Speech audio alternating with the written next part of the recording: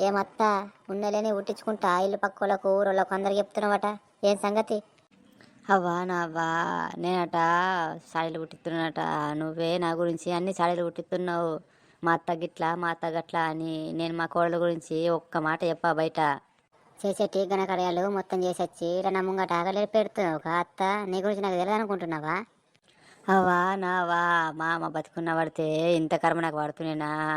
మా అత్త బతుకున్నా నా గురించి మంచిగా ఆలోచిస్తుండే. ఏమని ఇప్పుడు ఎట్లా నా బతుకు ఎట్లా? నా కోడలు నా మాట వింటలేదు. నా గురించి మొత్తం సాడీలు చెప్తుంది ఊళ్ళే. ఎట్లనో ఏమో.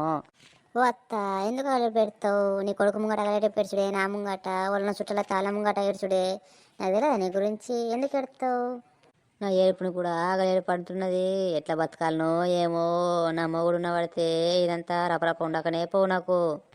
నువ్వు మంచిగా ఉన్నవాడితే నీ మొగుడు ఎందుకు వారిపోతుండే? నువ్వు మంచి లేక నీ టార్చర్ పట్టుకోలేకనే ఆడు వారిపోయిండు. అవ్వా నావా నా మొగుడిని పట్టుకొని ఆడు ఈడంటుండే. ఎడికెళ్ళి వచ్చిందే ఇది దరిద్రపుది నా సావుకు. సావుకు అంటే ఏమత్తా అర్థం? నేను యావమంటున్నానా? వాళ్ళు ఇంటి ఏమనుకుంటారు? ఈయననే ఇంటన్నా కానీ నా బాధ అందరికి అర్థమవుతుంది. ఎట్లా చెప్పుకోవాలి నా బాధ? ఓళ్ళకి చెప్పుకోరాకుంటున్నది ఇప్పుడు. అయితే పోయి బజార్లు ఏడిపో. అయితే అందరికి ఏర్పడుతుంది. ఇంట్లో ఎందుకు ఎడతావు మరి?